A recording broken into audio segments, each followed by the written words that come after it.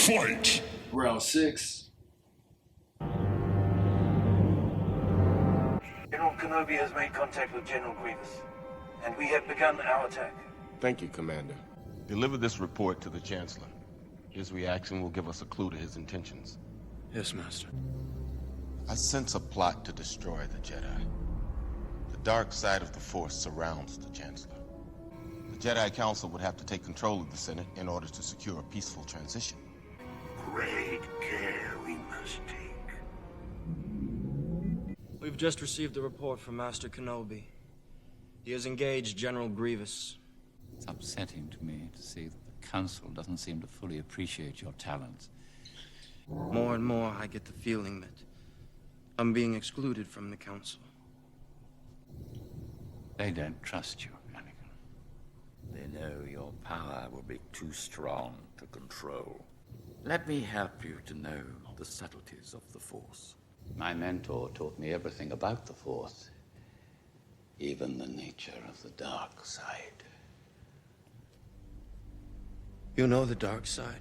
If you wish to become a complete and wise leader, you must embrace a larger view of the Force. Learn to know the dark side of the Force, and you will be able to save your wife from certain death. You're the Sith Lord. I know what's been troubling you. You've been searching for a life greater than that of an ordinary Jedi. Are you going to kill me? I would certainly like to. I can feel your anger. It gives you focus, makes you stronger. I'm going to turn you over to the Jedi Council. But you're not sure of their intentions, are you? I will quickly discover the truth of all this. This is the scene that I was saying that is an exact polar opposite of his conversation with Yoda. Insofar as, well, in conjunction with the other one where you talk about what exactly the dark side of the Force can provide in terms of saving Padme's life, in the instance that she does die in childbirth. And it seems like he's been satiated by whatever Palpatine has been able to tell him. Yeah. Whereas with Yoda, you're just like, just let it go. It's like, he really wasn't trying to hear that. That's what I think. That's what's so good about it, because he couldn't tell you because he was breaking the rules. So he couldn't tell you that. Well, he had no intention of telling Palpatine either. Yeah, but Palpatine knew though. So that's not. Yeah. My question is, why the hell does Windu now feel there's a dark side around Palpatine? Because Palpatine is exposing himself. He's not exposing himself. How? He's now exposing himself. Like to Anakin, or just? Well, just to the Force. Because remember, he's been in the same room with the Jedi as the Dark Lord of the Sith since Episode 1. Yeah. And so he's finally exposing his true nature to where they can now sense him.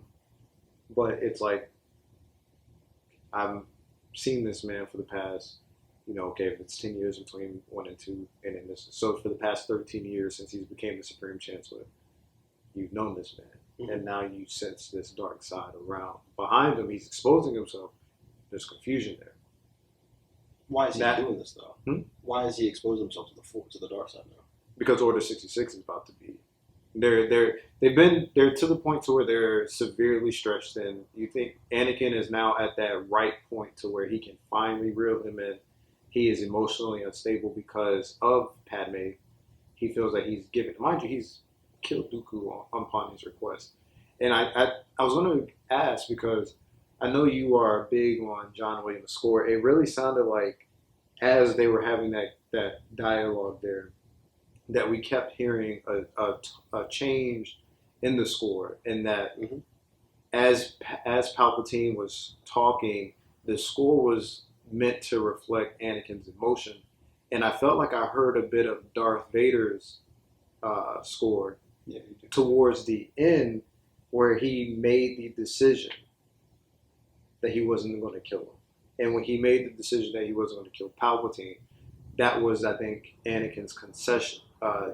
He conceded the fact that he needed Palpatine. And that's when he made I don't want to say this is when he made his turn to become, when he made his turn to become the Palpatine's apprentice. But this is when he makes that, okay, I'm completely in the middle. Like, I am a Jedi, but I've lost complete faith in the Jedi Order.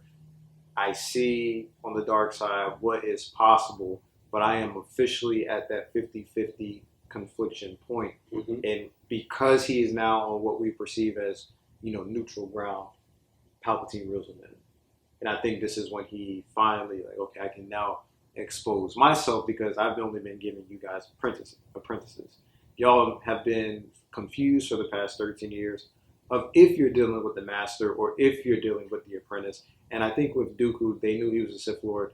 And because the Sith had existed before Dooku left the Order, they know he's the apprentice. So there's still so much confusion behind who they're even dealing with. And now you've seen, like, damn, this motherfucker been sitting next to me for the past 13 years, and he's the... Is that why when Anakin went and told Windu was like, What? A Yeah. Sith Lord? Yeah. I think Chancellor Palpatine is a Sith Lord. A Sith Lord? Yes, the one we've been looking for. How do you know this? He knows the ways of the Force. He's been trained to use the dark side. Are you sure? Absolutely. okay. Yeah. I was wondering, like, why didn't you just told him to go? The Jedi, they've been close to finding Sidious, not knowing that he's Palpatine, but I don't know if you remember at the end of episode 2 when Dooku meets with Sidious, that building, that's 504 Republica. So they've been to that building, and they know that this is the hub for, whoever Darth Sidious is, but they just can't figure it out. And of course, I guess you could say this is a spoiler alert. Yaddle, when Dooku kills Yaddle, it's at 504 Republica. Like, Yaddle follows Dooku when he goes to meet with Sidious, and they have their confrontation. Dooku and Yoda, or Dooku and Yaddle, they fight, and then Dooku kills Yaddle. So it is one of those things to where they've had so many close encounters with who they thought that Sith Lord is, and he's just been so elusive now for 13 years. Well, my point is, couldn't he still suppress himself now? Yeah, but for a reason. I mean, but my point is, what advantage does that afford him? Of him exposing himself right now? Yeah. Because right now it's still one Sith, so you're not necessarily in allegiance or in alliance with the Sith ruler too.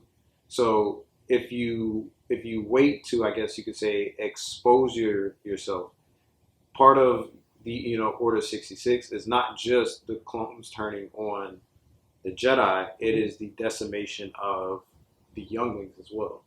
Palpatine can't issue Order 66 and I guess you can say oversee the transition from the Senate into the Galactic Empire. He needs that Padawan that can go in and essentially decimate the Order at its grassroots level, while the clones do everything else they need to do for the Jedi masters that are spread out through the galaxy. So he needs to fully convert Anakin prior to. Yes. Yeah. Fight! Round 7.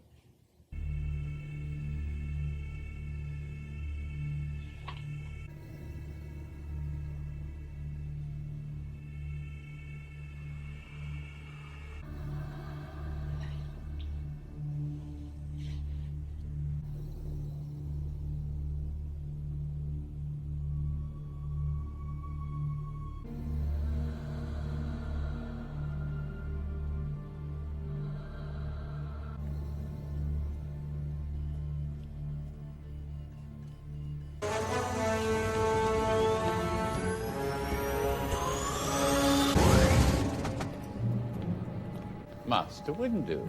I take it General Grievous has been destroyed then.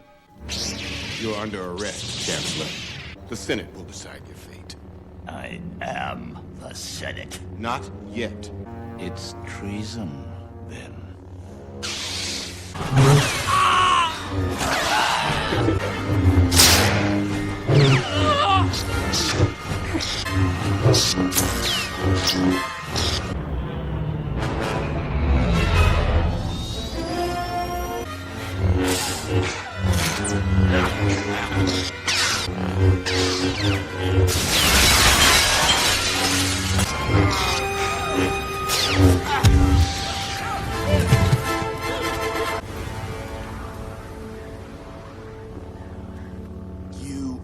under arrest.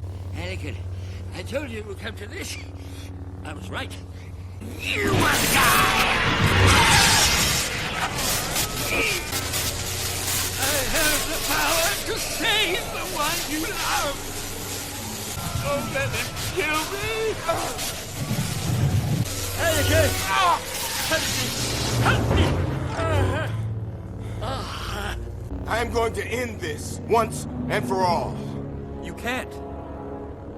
He must stand trial. Please. It's not the Jedi way. I need him. Please, don't! No!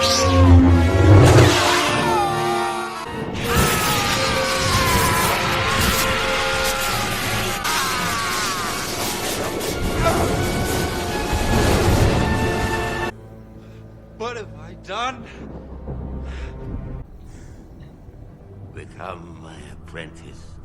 Learn to use the dark side of the Force. I will do whatever you ask. Just help me save Padme's life. If we work together, I know we can discover the secret. Henceforth, you shall be known as Darth Vader. My master. Rise.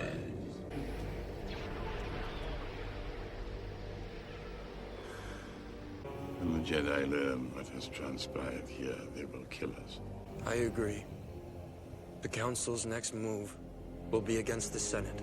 If they are not all destroyed, it will be civil war without end. Do what must be done, Lord Vader. Do not hesitate. Show no mercy. After you have killed all the Jedi in the Temple, go to the Mustafar system. Wipe out Viceroy Gunray. Wow. Interesting. I really like this scene. And you mentioned how, like, last scene, it felt like that was the turning point. At the end of that scene, it seemed like that was the turning point where it seemed like he was joined him, like he conceded to him. But I feel like this scene is really kind of that. You don't feel like? I don't know. I just feel like, And again, there's so many nuances that you miss when, like, you're just watching it from a fanish perspective. I don't know if you realize, but when he was watching Palpatine essentially use the Force lightning on himself, he already had his lightsaber in his hand. There was no reason for him to unhook it. When he came into the Chancellor's quarters, it was hinged on his belt. Mm-hmm. But once Mace was essentially had dominated Palpatine, which George Lucas says Mace does. He did win that. Palpatine didn't concede it to further manipulate Anakin. Mm-hmm. He had already made in his mind what he was going to do. There was no reason for him to have his lightsaber in his hand. okay, I didn't know that. Yeah. So when I saw that, I was like, even if you look at his demeanor, he's looking at Mace the same way he was looking at Palpatine after he'd been, I guess you want to say knighted or given the name, Darth Vader. It was the same devious, like, I've already made my conversion. So me seeing the lightsaber in his hand when there was no need to meant that he had already made a decision. He was just more or less battling, like, do I strike now or will the opportunity be granted? Okay. Yeah. But I really do like this scene. I like Windu dying and Anakin basically joining him, him discovering his the world audience anyway, discovering his true identity. The twist to that is no one has confirmed that Mace Windu has died. Oh, really? He's not? Yeah. Oh, okay. Cool. They haven't said beyond reasonable doubt that Mace Windu is dead. So. Well, they don't. Yeah, I guess. I mean, they don't really mention. I just assume when he just flew off a building. I just assume. But okay, cool. He did not. He lost his hand, but he did not get decapitated. Everybody loses their fucking hand. Like thieves in the Middle East.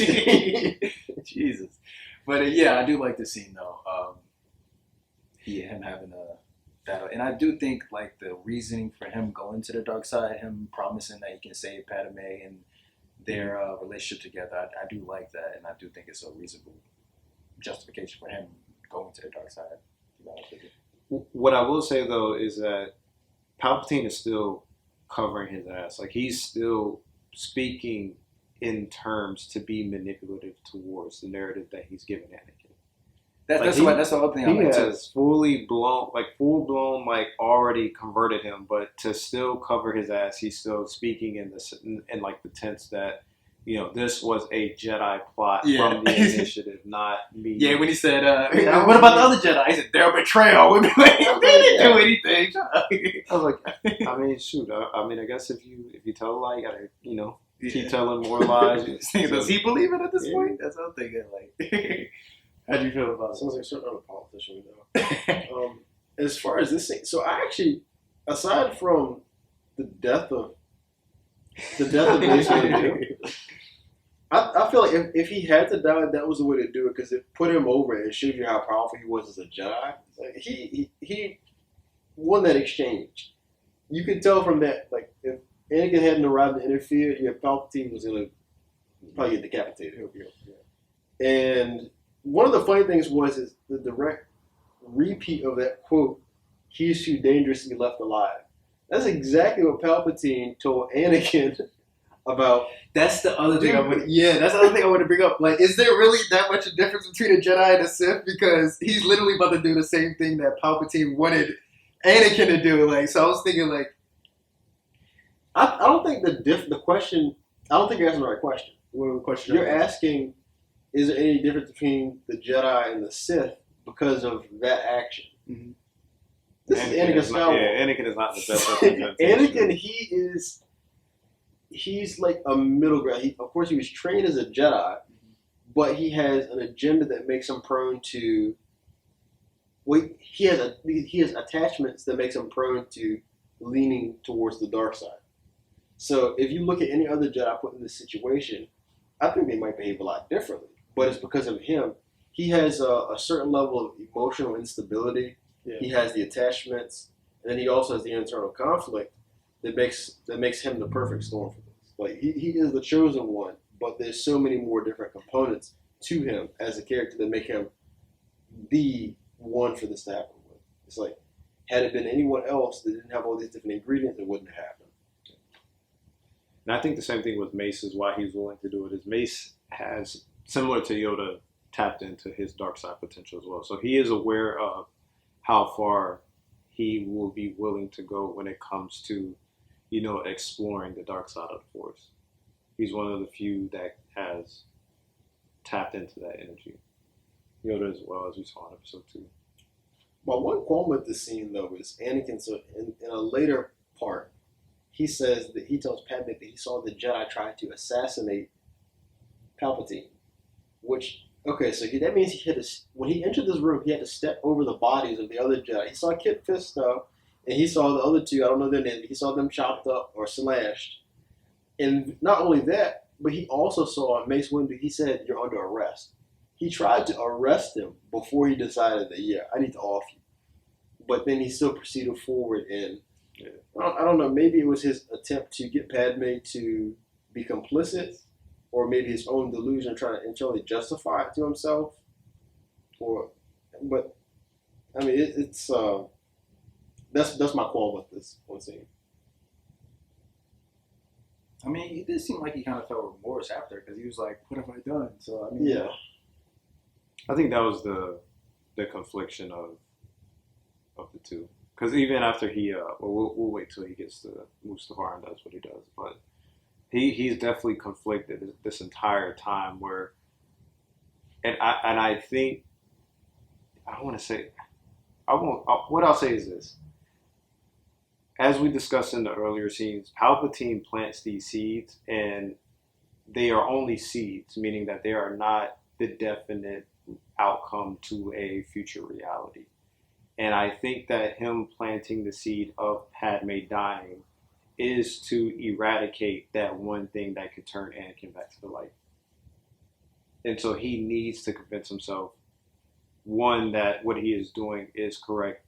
And he has this, you know, newfound allegiance to Palpatine because he is unaware of the manipulation, and he is hell-bent because of the way he's, you know, saw his mother die.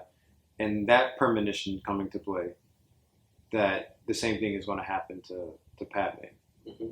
Whereas where he believes he is helping Padme, he is carrying out Sidious's plan to eliminate her, because she is the one thing that will ultimately be keeping him to, you know, the light side of the Force, as we see in the future movies with Luke and, you know, the confliction he has once he realizes that Luke is his son. Mm-hmm. So I think that is the main thing. Otherwise, another phenomenal fight scene. Star Wars. Yeah. Honestly, I can say that I haven't seen a bad fight scene in the Star Wars franchise, and specifically the movies that we reviewed thus far. I mean, there's things that could have definitely made them better, such as like the length of the fight, like Darth Maul, for example. But yeah, like I said, this is another solid fight.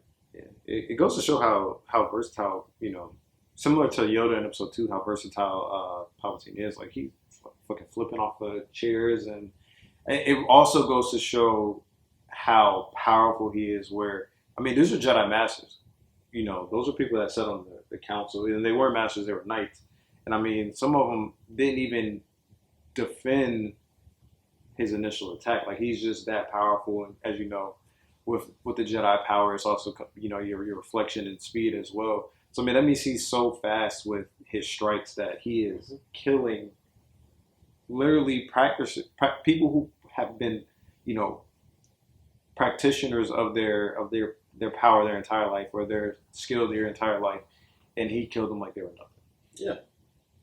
So it just, like you said, it goes to show how strong or how powerful a Mace Windu is, but it also goes to show how devious Palpatine is, because even after he has initiated, you know, the first step into, you know, the Sith takeover, he still has to, you know, cover his ass as well with Anakin. Like, I've been manipulating, you know, this man for the past 10 years or 13 years now. Like, I can't trust him yet that he is fully converted to where he will do everything that I ask and not feel conflicted. Because everything he does, he still feels conflicted until, you know, Padme dies. I mean, I think even then after Padme dies, he feels even more conflicted, but he's depressed. Fight! Round 8. The time has come. Execute Order 66.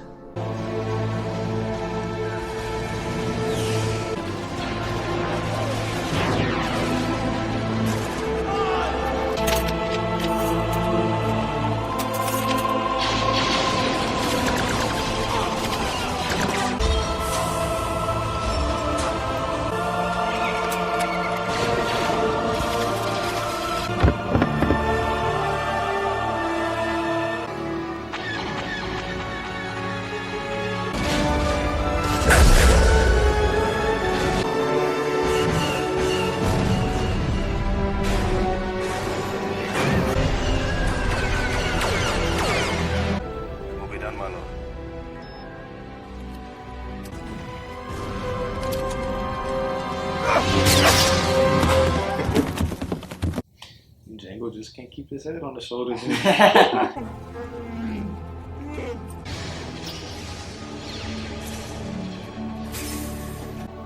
Master Skywalker, what are we going to do? Fucking kids. Jesus. I like the emotional weight of the scene and how you see Yoda react to basically all the Jedi getting killed. Yeah. I do probably would have liked it a little bit better if I knew who exactly these Jedi were and I had a little bit of origin from these Jedi. But More of a connection to the character. yeah, more of a connection, but otherwise back to the dark side. a connection? Jesus Christ. But yeah, I do like the scene and the emotional weight that it has, and I think it's pretty cool. I agree with you. This scene has the most gravity out of the entire movie. You could definitely see like a tonality shift. Yeah. And shows like like Des said earlier, the rise of the Empire. Yeah, like the downfall of the Jedi. And like when he says Order 66 and they first start shooting him in the back, and like there's a feeling of despair that comes across you. Like you know it's a fictional movie, obviously, but it's like, damn, like this is actually going on. Yeah, like everybody's dying. Like that's crazy. Yeah. What do you think, guys? To be honest, I think it goes to show just how grand the plan was, because I don't think any other template, and when I say template, I mean clone template, could have made this as efficient as it was. Because like I said, you know, when we watched episode 2, was Jango was chosen. Not only was he chosen because he completed all the tasks needed to be chosen, you know, to be the template, but he was also, yeah, because he had history of battling and killing Jedi. And I mean, it shows his ruthlessness as well, because even though the chip that they all have implanted in their head is like to make them less aggressive, when they were killing her on Felucia, the plant, the plant planet, like, I mean, it was like a firing squad. She was already dead, and they were still just shooting. So it goes to show, like, George Lucas is paying attention to like the certain nuances. Like, okay, Jango is chosen because of his you know, militaristic prowess as a Mandalorian and having the history of battling Jedi and, you know, being a notorious bounty hunter. Like it's prevalent from, you know, the start of episode 2, and in some cases the end of episode 1, depending on how familiar you are with like all the books. And then it's coming to you know, a close in some cases at the end of episode 3, and then as we see in some of the, you know, the new filler series, that you still get to see a little bit of the 501st, and it's the perfect, you know, end to a very divisive or devious, I guess you can say. And this makes more sense with episode 2. That clones, like, why? My question of why did the clone army, or who created the clone army? Now it makes sense that Palpatine was creating the clone army, and then for this to happen and turn on the Jedi. So I was like, because I originally thought like they were with the Jedi, so he's helping the Jedi is that, but yeah, otherwise this is what Des meant earlier when he said 5-dimensional chess. Yeah. So do you remember who they said in episode 2 commissioned the creation of the clone army? Was it Dooku? Yeah, Tyrannus. Yeah, Dooku. So Darth Tyrannus. That's who Jango Fett said that commissioned that. But do you remember who became? No one said that it. Yeah. Master Cypher Diaz. Yeah. So that was so Tyrannus used his fake name, but even then, the one who actually pulled the strings was Palpatine. So he himself didn't do this. He was a level abstracted away from that. So that just shows you how far in advance he was thinking. Like, I don't. It's not confirmed, but I don't know if Dooku kills Master Cypher Diaz, because he is a Jedi Master. But if you haven't seen it yet, Tales of the Jedi, it actually shows Dooku using, you know, Master Cypher Diaz's credentials to go in and delete Kamino out of the Jedi database, the archives, and then also him planning, or I guess you could say not planning, but using. Well, I don't even know. I'm pretty sure he clears Kamino from the database first, and then once he makes his full conversion, that's when the plan, you know, to essentially find the perfect template goes into motion. Like, I think Palpatine had already had like Kamino chosen, because Plagueis mentions it, you know, a few times to Palpatine beforehand.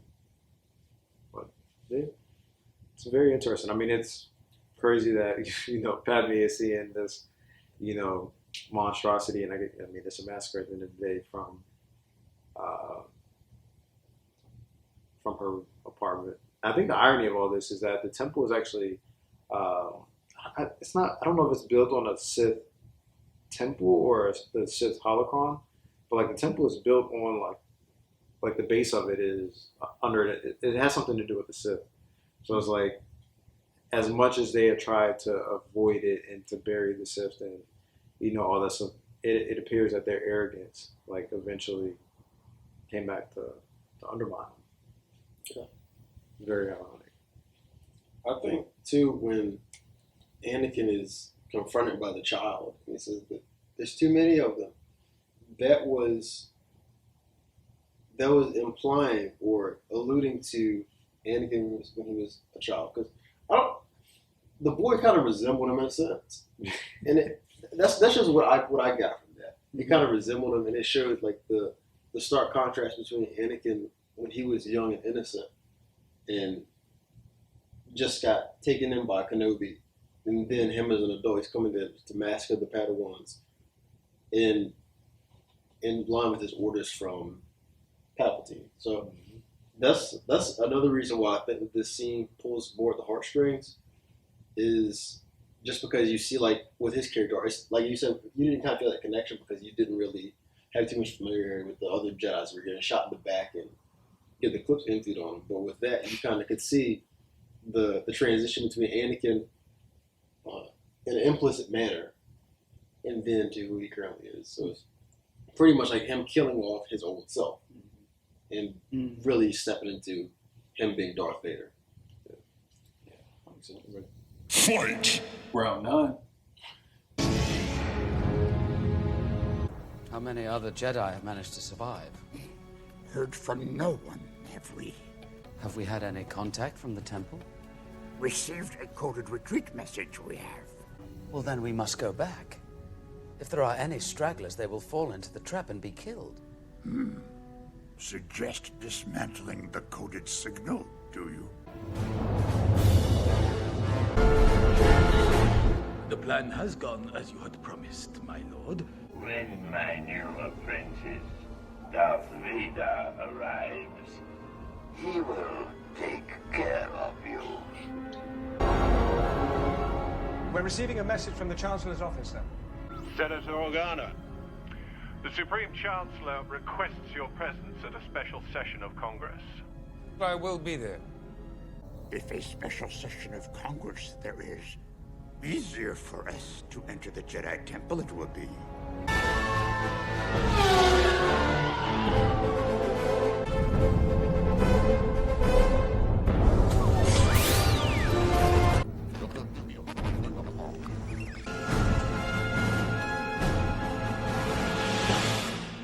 Welcome, Lord Vader.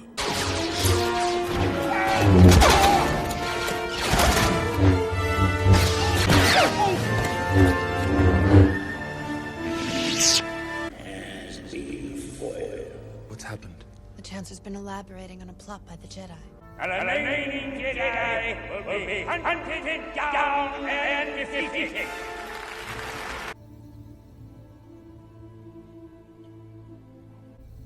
Killed not by clones, by a lightsaber he was. Who could have done this?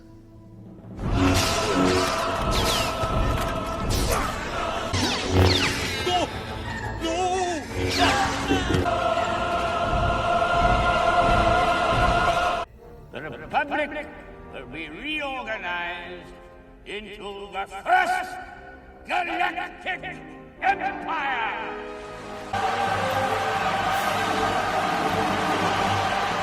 So this is how liberty dies. With thunderous applause. Lord Sidious promised us peace. The only one. I have recalibrated the code, warning all surviving Jedi to stay away.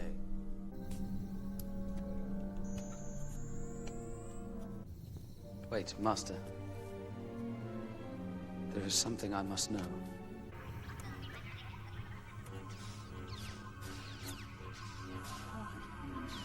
It can't be. You have done well, my new apprentice. I can't watch anymore. Destroy the Sith. We must. I will not kill Anakin. Twisted by the dark side, young Skywalker has become. Gone he is, consumed by Darth Vader. Use your feelings, Obi-Wan, and find him you will.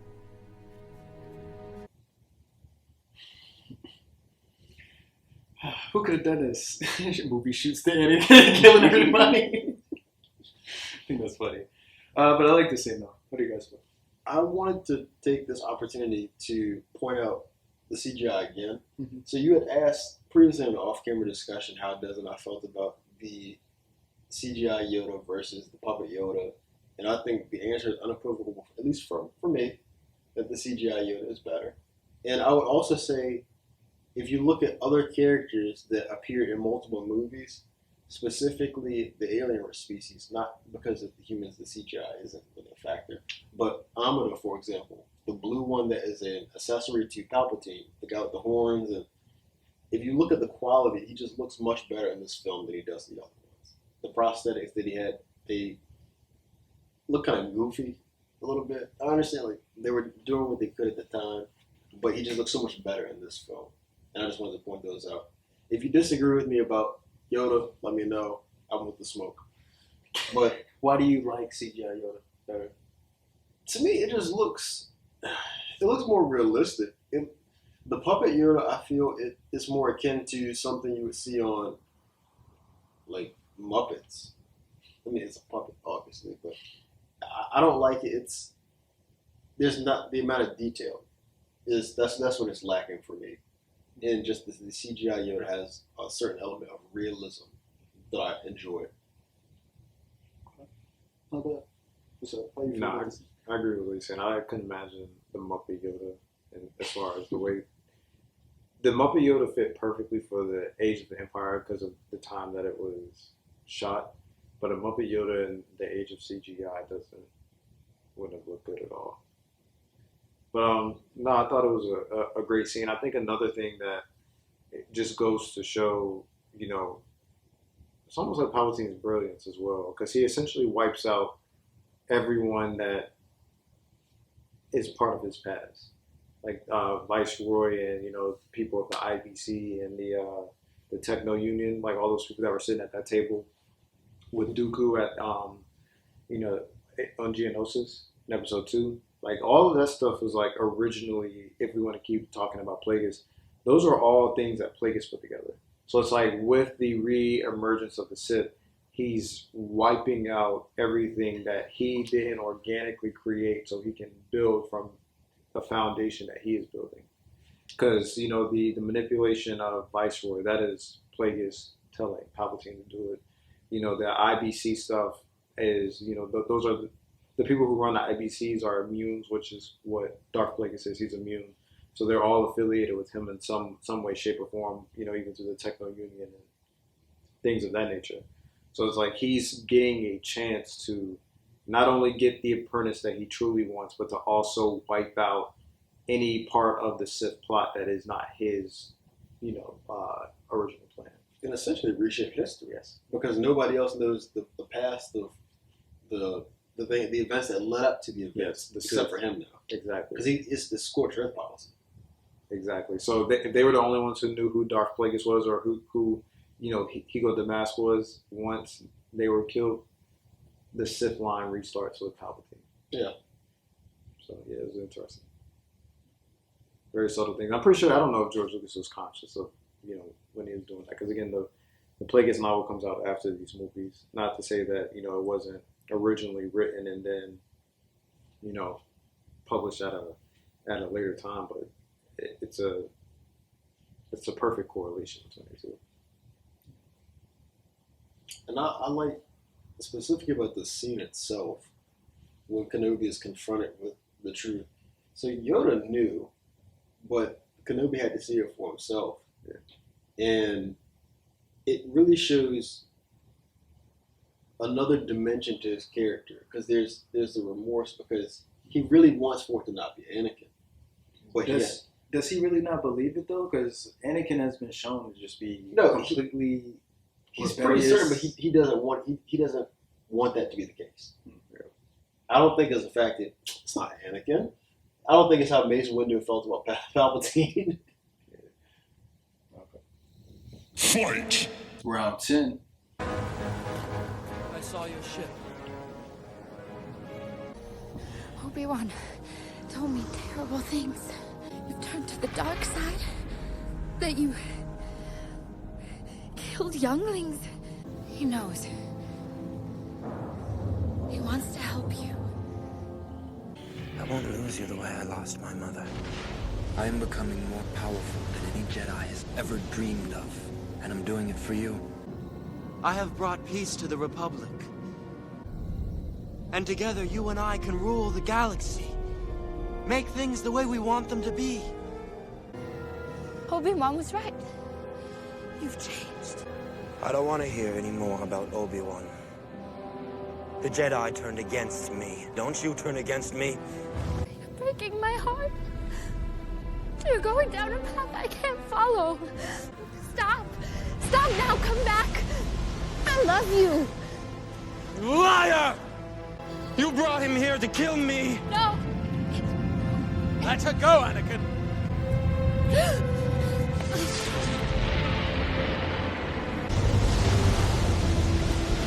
You will not take her from me! Your anger and your lust for power have already done that. Until now you have become the very thing you swore to destroy. Don't lecture me, Obi-Wan. I have brought peace, freedom, justice, and security to my new empire. Your new empire? If you're not with me, then you're my enemy. Only a Sith deals in absolutes.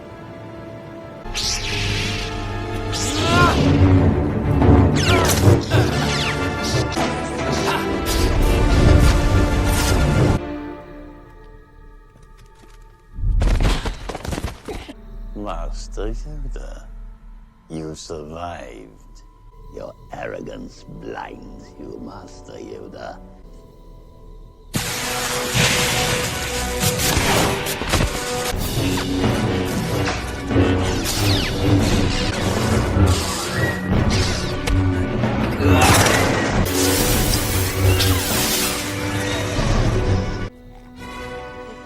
I have waited a long time for this moment.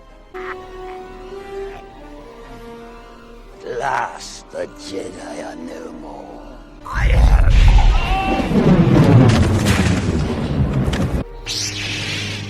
You will not stop me. Darth Vader will become more powerful than either of us.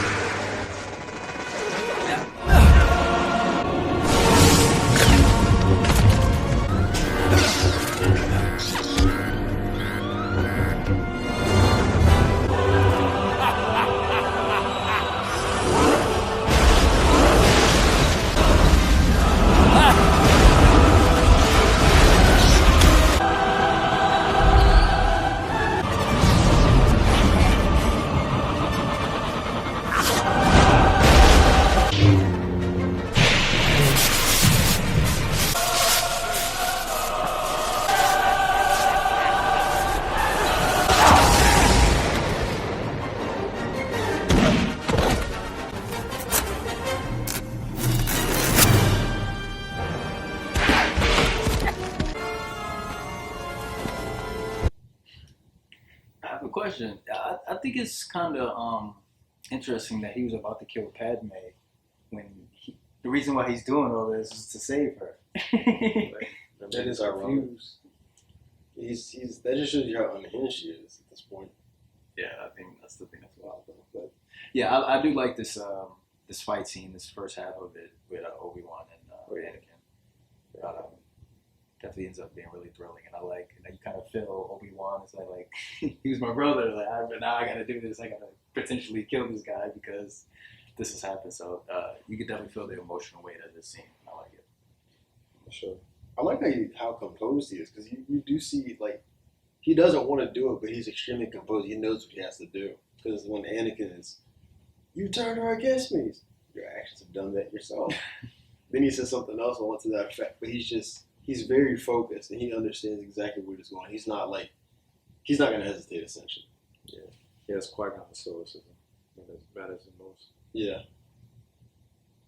Well, yeah, this is by far maybe the strongest action scene out of the prequel trilogy. Like, it really feels like Armageddon. You could definitely feel like this is the culmination of everything that sets the stage for the original trilogy.